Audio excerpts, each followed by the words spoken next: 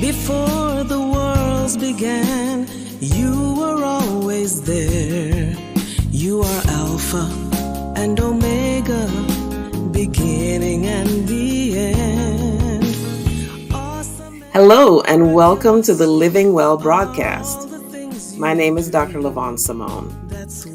I'm a primary care physician and I'm also board certified in internal medicine.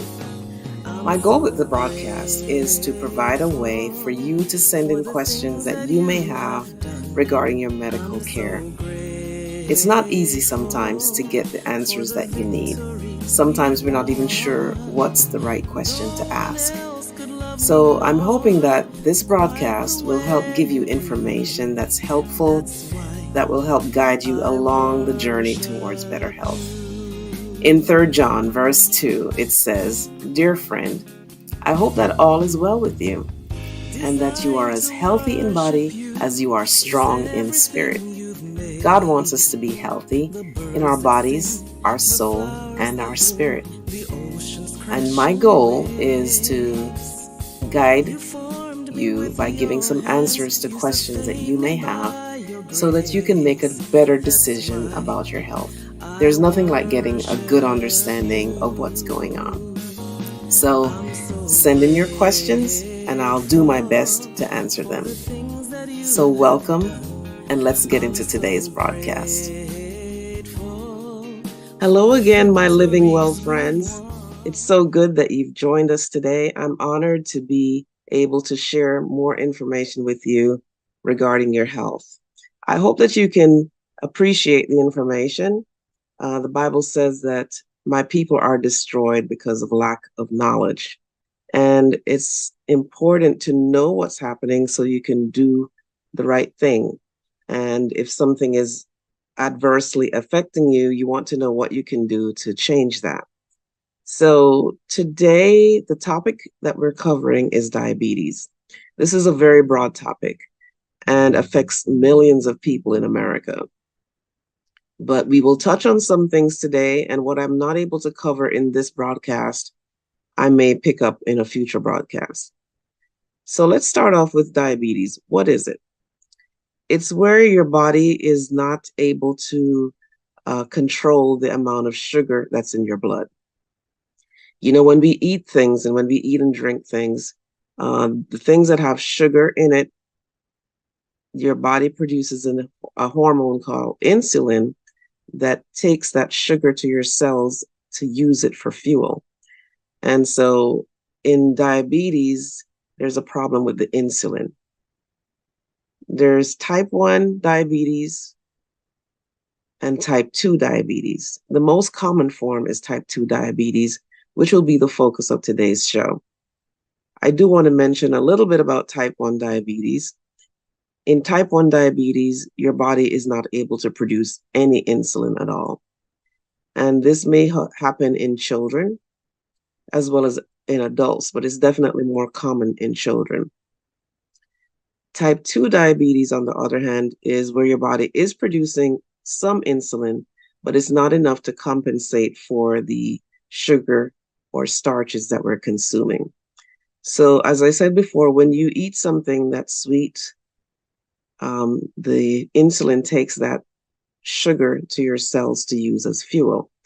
This also happens when you eat something starchy.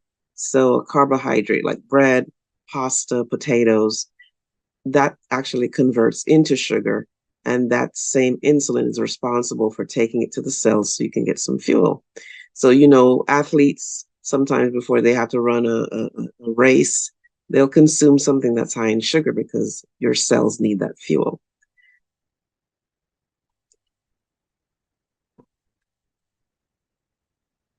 In type 2 insulin, in type 2 diabetes, sometimes the pancreas gets kind of tired because we've eaten so much sweets and starchy foods over the years that your pancreas cannot keep up with the amount of insulin that's needed to regulate that.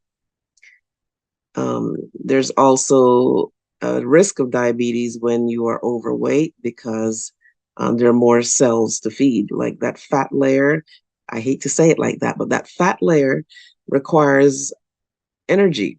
That becomes like another organ onto itself. And so you're requiring more insulin to feed that fat layer. So here we go again, talking about the diet, right? But it's a good thing because the consequences of diabetes are not good. And if we can do something to reverse it or improve it, we want to do that. Diabetes is a slow onset disease for the most part. Symptoms that you may notice would be that you're thirsty all the time or hungry all the time. You may also have frequent urination. You can have sudden weight loss without trying to lose weight. That's another sign of new onset diabetes. Or feeling tired, blurred vision. You may have skin sores that are slow to heal, frequent infections, or the skin in your armpits and on your neck becomes very dark. Those are some signs that may want you to get checked for diabetes. Now, the definition of diabetes is when they draw your blood and they check your fasting blood sugar. That means you have not had anything to eat or drink for at least 8 to 10 hours. If that fasting blood sugar is 126 or higher, that's a definition of diabetes. There's also another test called the A1C. It's hemoglobin A1C, but most of us have heard of it as A1C. This test actually checks the sugar that's attached to your red blood cells. So your bone marrow produces your cells that flow in your blood, your red blood cells, your white blood cells, and your platelets. So sugar actually sticks to the surface of red blood cells. And your bone marrow, when it produces a red blood cell, it lasts in your bloodstream for about 3 months. So by measuring the amount of sugar that's on the red blood cell surface, it tells you the average of your sugar over the previous 3 months. And that's what the A1C test is. So if that A1C test is 6.5 or higher, that's another indication of diabetes. Another indication of diabetes is if you test your blood sugar and you have eaten already and it's over 200. So 3 ways. Your fasting blood sugar is 126 or higher. Your A1C is 6.5 or higher. Or your random blood sugar is over 200. Now, if you've ever gone to a doctor and they did your, annual screenings and it came back showing that you are pre-diabetic, that is where your A1C is somewhere between 5.7 and 6.4. You can decide that I rebuke that, which you should, but in addition to rebuking it, there are some action steps that you need to take. This is like a warning light going off in your car. You don't want to ignore it. You want to do what you can quickly to reverse that stage of pre-diabetes. So your action plan should definitely be to reassess what you've been eating. Am I eating too much sweets, candy, cake, cookies, pies? Or am I drinking a lot of sodas? A lot of people don't realize the amount of sugar that's in a soda or in even fruit juices. You would think that fruit juices are healthy for you, but they are loaded with sugar. And so you want to be careful with that. In the summertime, I've had patients that by the end of the summer, they were a diabetic. Then they were not a diabetic the previous year. And when you check it out, they've been eating a lot of fruits that are high in sugar. So you'd think fruits are great, and they are, but there are certain fruits that are not so great. So in the summertime, when people are eating a lot of watermelon, or during the year eating a lot of oranges, drinking a lot of juices and drinking a lot of sodas, that's a lot of times when patients become diabetic. So you want to be very careful with your intake of sweets and then the starchy foods, which are your breads, potatoes, pasta, all the things we love.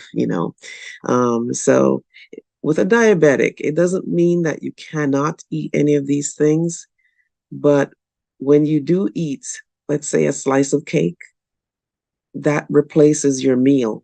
So you're supposed to limit the amount of calories that you have per meal.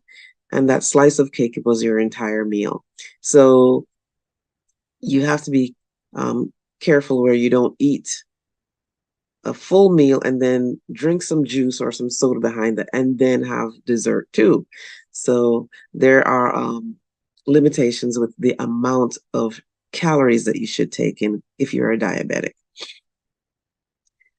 Now, there are different, I would call them stages of type 2 diabetes. We talked about pre-diabetes, where you're not a diabetic at this point, but you are at risk of becoming a diabetic, and there are things that you should do to reverse that. So then if your numbers actually meet the criteria for diabetes, but they're not high enough to put you on medications, your doctor would suggest lifestyle changes, such as the diet and the exercise. So your diabetes is diet controlled.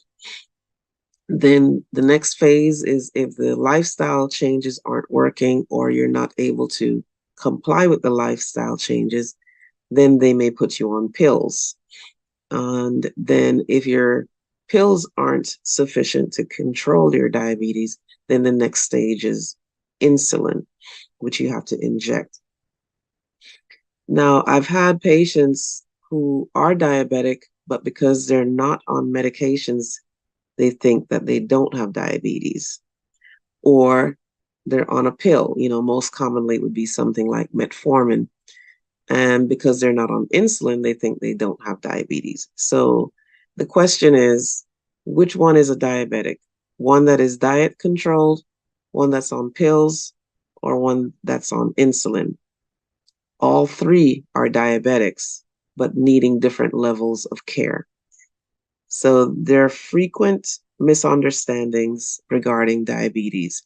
I've had patients that they've had diabetes. I've told them that they have diabetes. They're coming in, every 3 to 4 months to see me, and I discuss their diabetes numbers and their A1C.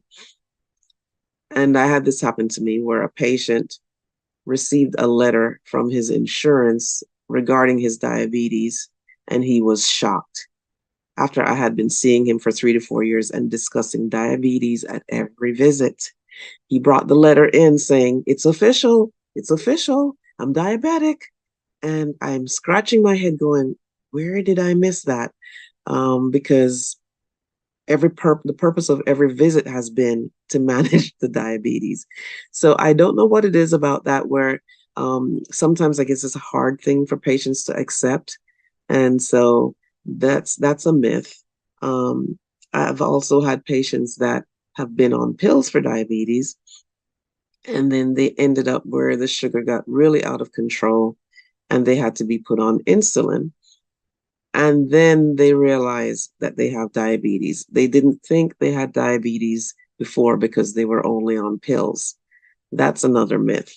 So your diabetes may be controlled with diet if you're at that stage. It may be controlled with pills, or it may be controlled with insulin, or a combination of pills and insulin. Again, I'm talking about type 2 diabetes. Patients who have type 1 diabetes cannot be treated with pills. They have no insulin whatsoever. So they have to have insulin from the very beginning. There's some people who are diagnosed with type 2 diabetes at a stage where their sugars are really out of control and they have to start with insulin. Those patients may need insulin long term, but there may be some that are able to reverse it and get back off insulin and onto pills or even onto diet. So, when people get diagnosed with diabetes, it's not a good thing, but in the sense of comparing it to a lot of other diseases, this one, you have more control over it in general. So it's not like, some things where you have no control on what happens to you. With diabetes, a lot of the um, outcome is dependent on what you do. You're in the driver's seat when it comes to diabetes. So again, getting informed is also very important. I'm speaking to people thinking that you are going to your doctors at least once a year and getting checkups. But if you haven't been, it's a great time to start because, again, you want to catch things and nip it in the bud, as they say. You want to catch things early so that you can do something about your situation. I have had questions that I'd like to address today. One of them is my blood sugar the same as my A1C? So just to reiterate what I had said earlier, your blood sugar is actually when they prick your finger or if they draw blood from your arm and test your blood sugar, that's actually telling you what the blood sugar is at the moment that the blood is drawn. So right now, your blood sugar is this 126, or it's 98, or it's 325. That's your blood sugar at the moment that the blood was drawn. And that fluctuates throughout the day. So it may change after you eat because after you eat, your blood sugar is going to go up. Then the A1C, as I said before, is giving you the average of your daily blood sugar over the previous 3 months. And if that's 6.5 or higher, that tells us that on most days, your blood sugar is running higher than it should be. Another question that I've heard, or statement that I've heard is, well, when I eat, cake, I go ahead and drink a lot of water behind it so I can flush it out. And some of you are probably laughing right now because you may be guilty of that. When you start eating, the body immediately starts absorbing the food. So as soon as it hits your stomach, it starts absorbing into your bloodstream right away. So drinking a lot of water after you've eaten the cake and the ice cream does not flush out the blood sugar out of your body. I hate to tell you that, but that's the truth.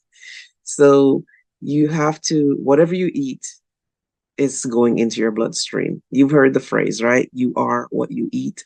And that's true. God designed us so well that your food is being absorbed immediately, and different hormones go to work to break it down into the components that your cells need. So your cells they do need sugar, but don't give them too much sugar, because when you give them too much sugar, they can't absorb it, and so it stays in your blood, and that's what causes the blood sugar in your bloodstream to be higher than it should be. Now, there are other things that you can do besides diet. As I said before, if you are overweight, losing weight is an absolutely great way to get your blood sugar under control. Because as I said before, in addition to your liver, your kidneys, your heart, your brain, all of those things need sugar. Your muscles need sugar. When you have an excess layer of fat, the fat becomes an organ that also requires the sugar. It's like, bring it to me, I need it. And so you're giving your body another organ, a layer of fat, and your insulin is not enough to compensate for that. So if you're able to get some weight off by, again, watching what you eat, but also exercise. Exercise is an excellent way to improve your body's metabolism and how it breaks down the sugar. And by losing weight, you're giving it a less, you're giving your body less cells that it has to feed, and requiring less energy from sugar. So diet and exercise are two favorite words on this program, are your friends. We may not feel motivated to do it. I know that feeling. but it's important that we do it for the sake of the health of our bodies. I do want to share a couple of scriptures with you.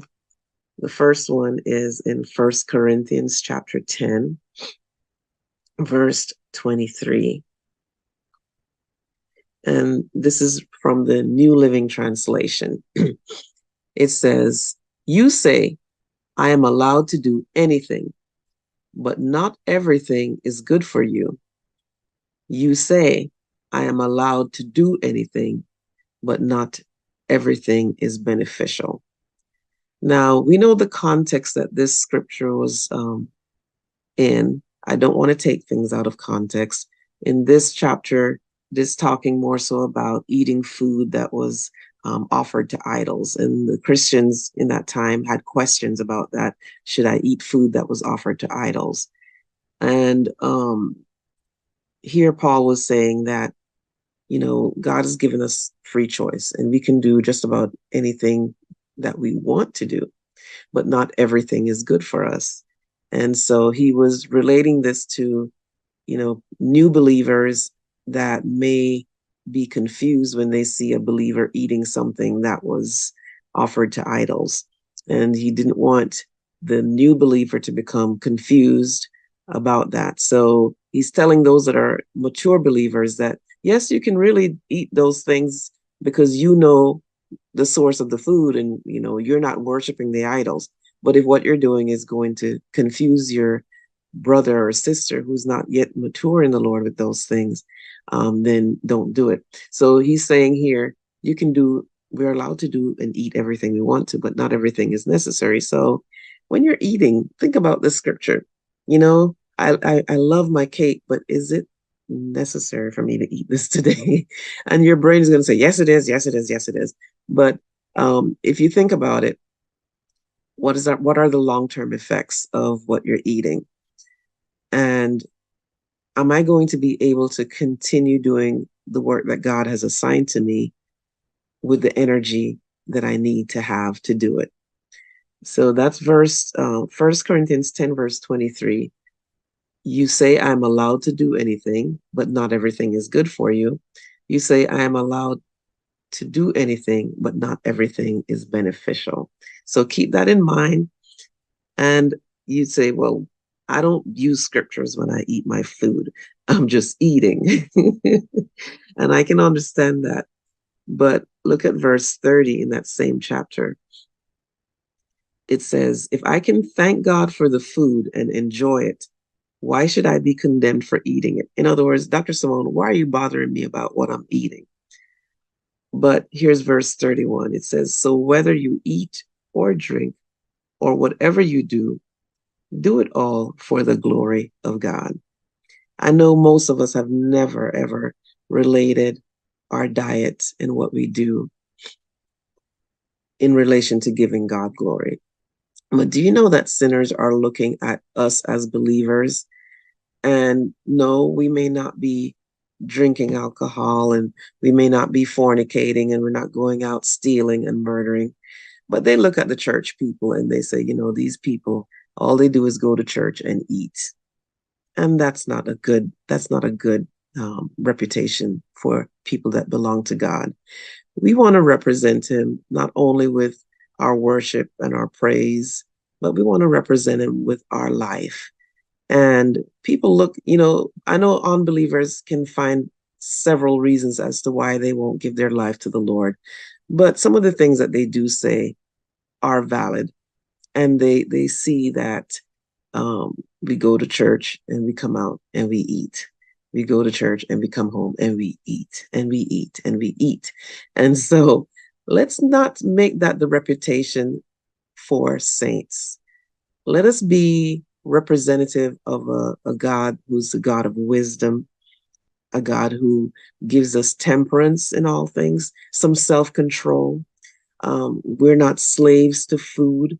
My father used to say from the pulpit that we're digging a grave with our teeth. And I don't like that statement, and a lot of people didn't, but he was telling the truth. Digging your grave with your teeth by just eating uncontrollably. You want to get a handle on that. Um, that's something you can pray about if that's an issue for you, where you just have trouble with self-control. Sometimes there's an underlying reason why we're either overeating or eating the wrong things. Some people, their reaction to grief and depression is to eat. There's lots of comfort foods, the mashed potatoes, the fried chicken, the pies and the cakes and the cookies, comfort foods. But after you get the comfort food and then you go and sleep on it, you have another problem. So ask God to show you how to give your cares to Him. Pray about the eating habits. Lord, help me to have some self-control. And some of that, of course, starts with your decision in your mind that today I'm making a change in my eating habits. Before you go to the grocery store, make sure that you're not going there hungry. Eat something, hopefully something healthy, and then go to the grocery store. Because as you know, if you go into the grocery store when you're hungry, everything looks good and you're going to buy things that you don't need to buy. Make a grocery list. Look online for healthy meals that you can prepare, healthier snacks that you can eat instead of the potato chips. Have you tried something like just hummus with some low salt crackers? Or, I'm not a big celery eater, but that's, if you add some hummus to that, it's pretty good. And so look online for some ways to include more vegetables and less starchy foods into your diet and less sweets. After eating certain foods, you do want something sweet, especially if your body has been trained to do that. But why not try eating a few grapes or some apples? If you have to have, this is a very common question. As a diabetic, what can I drink? And when I was in training as a medical student, we were asked to do a diabetic diet for 1 week. And the toughest thing for that diet for me was what to drink, because you ended up just drinking water. And if you're one of those people that you don't like water or you just need some flavor, what I would recommend is, instead of getting a whole glass of juice, maybe put less than a quarter amount of juice in that glass and then dilute it with water for the rest to fill up the glass. And that way you're consuming less sugar. That's different from drinking a whole can of soda or eating this cake and pie and then following it with water, because the amount of sugar that you put in is the amount of sugar that you put in. You don't dilute it by putting in a ton of sugar and then adding water after that. So by getting a little flavor in your water, you can put a little bit of juice, less than a quarter of the glass with juice and the rest water. Do that once for the day. And then the rest of the time, your beverage needs to be water. I hope I have said something today that is helpful. I hope it has also generated some questions. I'm looking forward to hearing from you. Send your questions to livingwellmd123@gmail.com. That's livingwell, one word, LivingWell MD123@gmail.com. God bless you, and until next time, continue to live well. Before the worlds began, you were always there. You are Alpha and Omega, beginning and the end. You have been listening to the Living Well broadcast with Dr. Levonne-Samon. I hope that you heard something today that you found helpful and that will help you get better and live better. If you have questions about your health, your medications, or treatment plan, please send them to livingwellmd123@gmail.com. That's livingwellmd123@gmail.com. I will do my best to address them at a future broadcast. You can find me here on Awesome Radio on the first Saturday of each month at 12 noon. I look forward to speaking with you again at that time. And until then, live well and God